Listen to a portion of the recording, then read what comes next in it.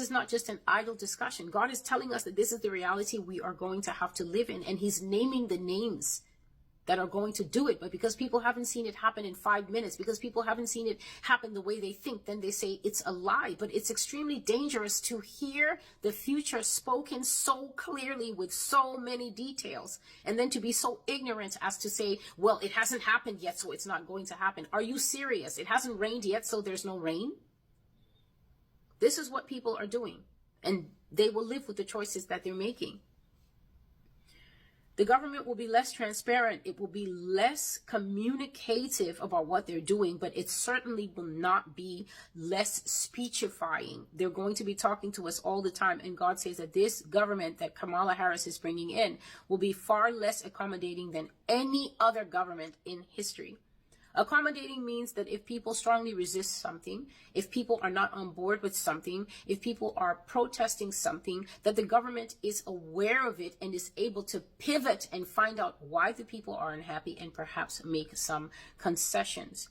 Accommodating means that to a certain extent, the government can hear the voice of the people. The government is able and willing to answer people's questions, and the government is willing to dialogue with them. If people want to parlay or have free speech about something going on in the country, that means they want to speak about it in a news broadcast. They want to speak about it on their YouTube channel. They want to make a TikTok about it. They want to talk about it on their podcast, or they want to make comedy sketches about it and express themselves that way. Because free speech is protected in the country, they can. It is protected by the Constitution.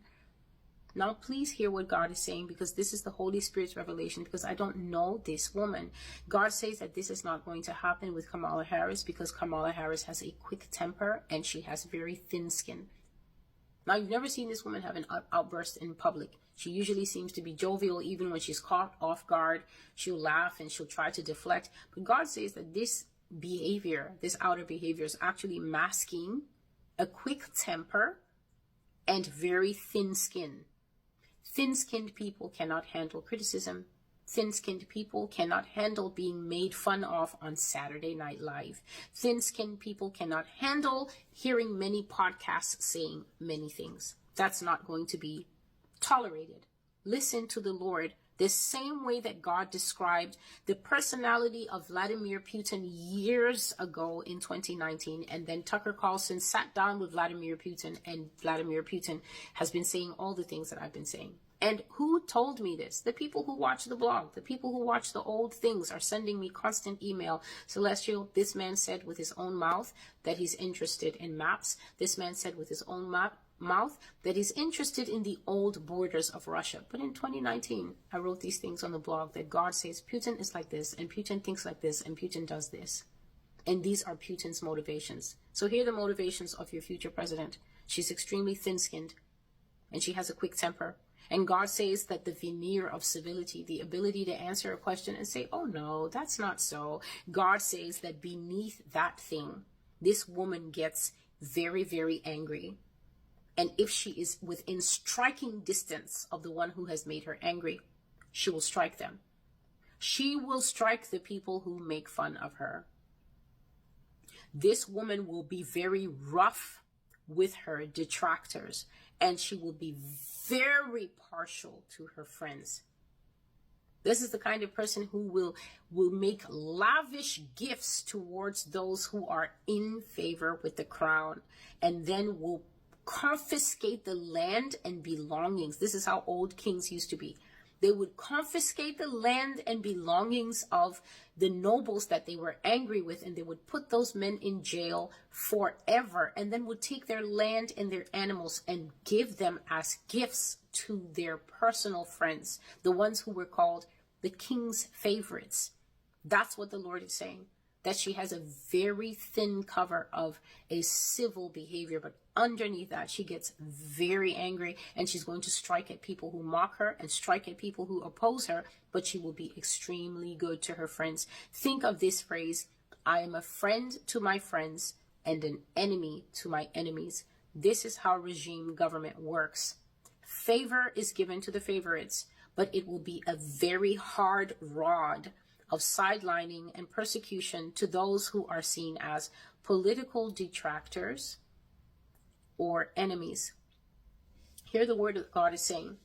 America, you are being retrained. You are being retrained into a system that most other democracies are already familiar with for quite some years. Beast system elements have been present in Europe for years. Block voting is one of them. Block voting will replace the current style of voting in the US, which means that only the candidate with the highest final tally will win. It's not about minorities anymore, and it's not about representation or any of that. It is going to be straight raw numbers, just the way that children vote. All those who want this, say yes. All those who are against, say no. You count the hands, and the one with the most hands wins. Block voting means low tally members will not even be able to approach the starting block. Automatically, by reason of unpopularity, they will be prevented. So, God is saying that America, through the beast system and through the things that are coming for us in the near future, America is being retrained to enter a system that a lot of other democracies are already familiar with, and Europe is one of them. The beast system is going to be 10 territories with 10 kings, or basically represented by 10 crowns, and the whole earth is going to be carved up and put into blocks.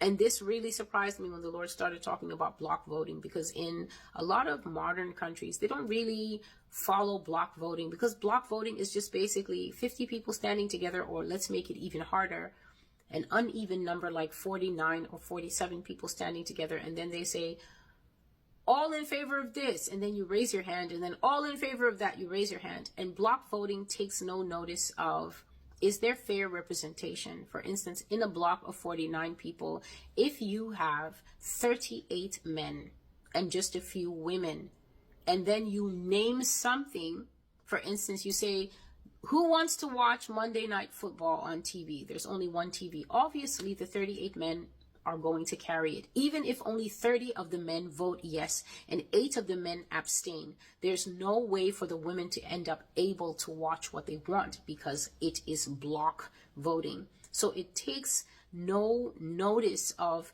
gender disparities. It takes no notice of